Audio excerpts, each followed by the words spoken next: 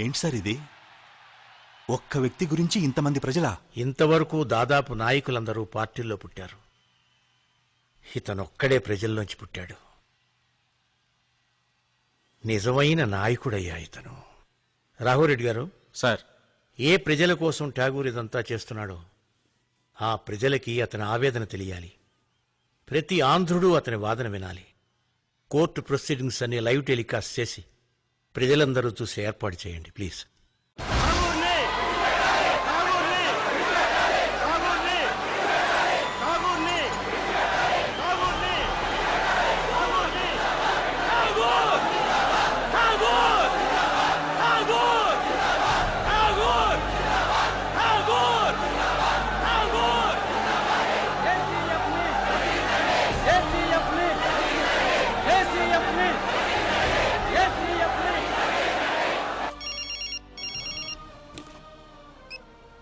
Hello sir, నేను court నుంచి మాట్లాడుతున్నాను. లైవ్ టెలికాస్ట్ చూస్తున్నాను. ఫోన్ పెట్టే.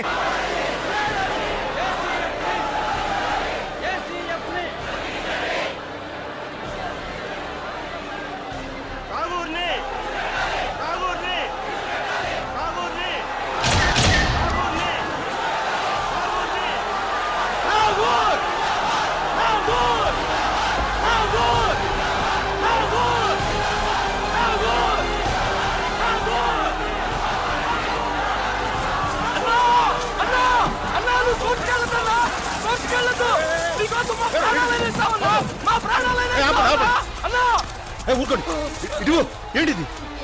నువ్వు వెలిగించే అగ్గిని ప్రాణాలు తీస్తుంది. ఇదే అగ్గిని గుండెలో వెలిగించుకో, 100 మందికి వెలుగునిస్తుంది. నా కోసం ఇలాంటి అఘాత్యాలు చేయొద్దు సార్. మీరు పదండి సార్, జాగ్రత్త. లోపల పదండి సార్.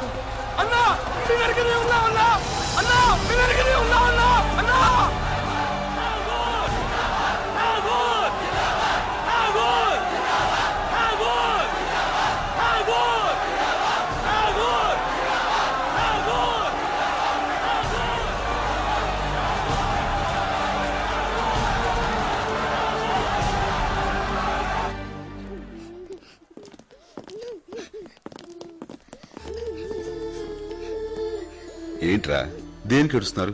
నిన్ను ఊరి తీస్తారంటే కదా. లేదు నాన్న, మీరు అలా ఆడకూడదు. దేవకి, దేవుడు నాకు 2 సార్లు పిల్లల్ని ఇచ్చాడు. ఒకసారి వాళ్ళని నాకు దూరం చేశాడు, ఇప్పుడు నన్ను వీళ్ళకి దూరం చేస్తున్నాడు. అలా అనకండి, మీకేం కాదు. ఒకవేళ నాకేదైనా జరిగితే వీళ్ళని బరువు అనుకోకు, బాధ్యత అనుకో. వస్తా. ఏరా, జాగ్రత్త. ఓ సూర్యం, నీకు ప్రమోషన్ వచ్చిందా? వచ్చింది సార్, కానీ వద్దన్నాను. ఏ? ఒక రౌడీని పట్టించి, ఒక కేడీని పట్టించి, ఒక స్మగ్లర్ని పట్టించి ప్రమోషన్ తీసుకోవడంలో అర్థం ఉంది సార్. కానీ ఓ దేవుణ్ణి పట్టించి తీసుకోవాలనిపించలేదు సార్. అరే సూర్యం, నీ డ్యూటీ నువ్వు చేశావు. అందరూ నీలాగే సిన్సియర్గా డ్యూటీ చేస్తే ఈ ఠాగూర్కి కోర్టు మెట్లెక్కే అవసరం ఉండేది కాదు. నువ్విలాగే నిజాయితీని నమ్ముకో.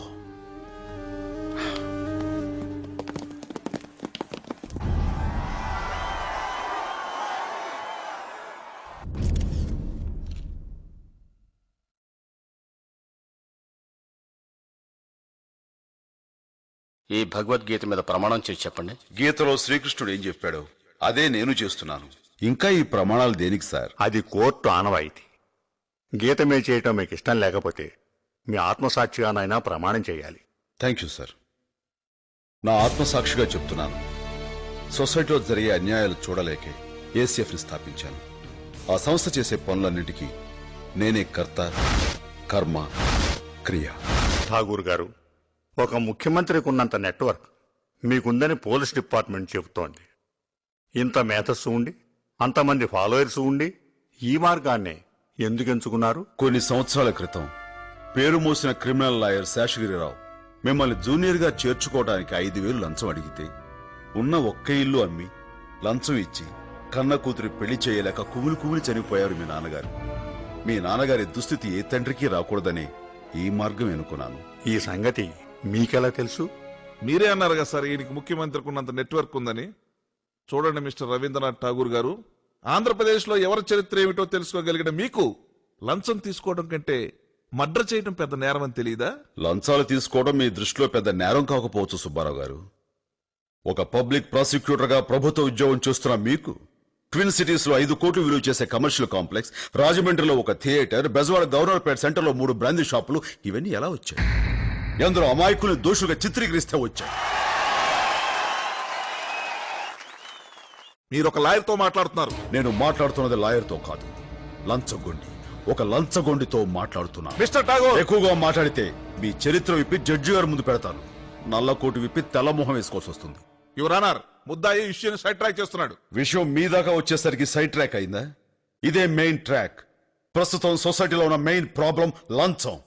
అదే నా ఆవేదన, సగటు భారతీయుడు ఆవేదన. సార్, వయసు పైబడ్డ కన్న తల్లి కళ్ళ ముందు చనిపోతూ ఉంటే కాలధర్మం అని తెలిసి ఏమీ చేయలేక కన్నీళ్లు పెట్టుకుంటాం. అలాంటి కన్న తల్లుల్ని ఎందరో కన్న భరతమాత లంచం అనే మహమ్మారి సోకి అకాల మరణంతో అర్ధంతరంగా చనిపోతూ ఉంటే చూస్తూ ఎలా ఊరుకోమంటారు sir? India is the greatest country. ఒక ఇండియా 250 సింగపూర్లతో సమానం, ఒక ఇండియా 8 జపాన్లతో సమానం.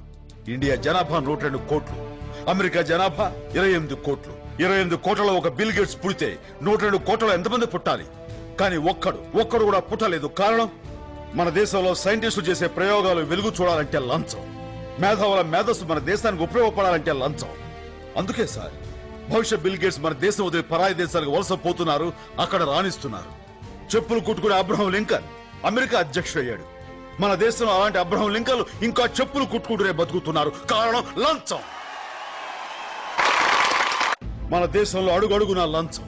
మున్సిపాలిటీ నీళ్లు రావడానికి లంచం, ఇల్లు కట్టడానికి లంచం, కరెంటు ఇవ్వడానికి లంచం, ఆ కరెంటు తీయకుండా ఉండడానికి లంచం, రేషన్ కార్డుకు లంచం, రేషన్ తీసుకోవడానికి లంచం, రైతులకు రుణాలు ఇవ్వాలంటే లంచం, ఆ రుణాలు కట్టలేని పరిస్థితుల్లో ఆస్తులు నిలుపుకోవాలంటే లంచం, హాస్పిటల్లో బెడ్కు లంచం, తినే బ్రెడ్కు లంచం, ఆడపడుచు ఆపరేషన్ లేకుండా సుఖంగా ప్రసవించాలంటే లంచం, బర్త్ సర్టిఫికేట్ లంచం, డెత్ సర్టిఫికేట్ లంచం, మనిషి పుట్టిన దగ్గర నుంచి చచ్చిన దాకా లంచం లంచం లంచం.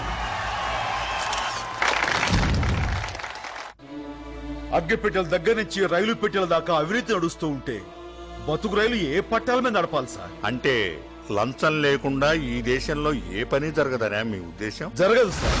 రిక్షా వాడికి భయం పోలీస్ అంటే, పగటిపూట లైట్ లేదని కేసు పెడతాడేమోనని. లారీ డ్రైవర్ కు భయం ఆర్టీఓ అంటే, పర్మిట్ ఉన్నా లేదని లారీని రోడ్డు మీద అడ్డంగా నిలిపేస్తాడేమోనని. రిటైర్ అయిన వాడికి భయం పెన్షన్ తీసుకోవాలంటే నువ్వు బతికే ఉన్నావన్న సర్టిఫికేట్ అడుగుతాడేమోనని. పిల్లల కన్నా తల్లిదండ్రులకు భయం కాన్వెంట్ చదువులంటే ఎల్కేజీ సీటుకి ఎంత డబ్బు గుంజుతారోనని. ఓ ఆటో డ్రైవర్, రిక్షావాడు, కూలి రోజంతా కష్టపడి సంపాదించిన దాంట్లో ఈ లంచగొండ్లే సగం తినేస్తుంటే మిగతా డబ్బులతో పెళ్లం బిడ్డలు ఏమని పోషిస్తాడు సార్? వీళ్ళంతా లంచాలు ఇవ్వగలరా? ఇవ్వలేరు. ఇలాంటి వాళ్ళందరి ఆవేదన చూసే నా గుండె రగిలిపోయింది. ఒక్కసారి విశ్వకవి రవీంద్రనాథ్ ఠాగూర్ మాటలు గుర్తు చేసుకోండి.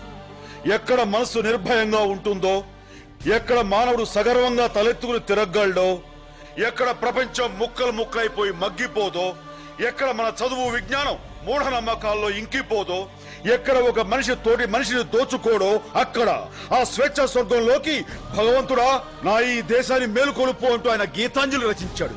ఆ ఠాగూర్ పేరు పెట్టుకున్న నేను ఆయన కలగన్న స్వేచ్ఛా స్వర్గంలోకి నా దేశాన్ని నడిపించడానికే ఈ రక్తాంజలి రాశాను. ఒక లంచగొండిని చంపైన 1,00,000 మంది అవినీతి పరుల గుండెల్లో భయం పుట్టించాలనుకున్నాను, పుట్టించాను. మిస్టర్ జస్టిస్, కోర్టుకు చెవులు తప్ప కళ్ళు హృదయం ఉండవంటారు. ఒక్కసారి మీ హృదయంతో చూడండి. నేను చేసింది నేరమని ఇంకా మీకు అనిపిస్తే నా కోసం లా పుస్తకాలు తిరగేయొద్దు, క్లాజులు సబ్ క్లాజులు చూడొద్దు, పేరాలకు పేరాల ఆరాలు తీయొద్దు. నేరం ఒప్పుకుంటున్నాను గనక మీ తీర్పు ఉరిశిక్ష అయితే ఆనందంగా ఉరికమ్మం ఎక్కుతాను. ఫైనల్ జడ్జిమెంట్ ఇవ్వండి. The court is adjourned for the judgment.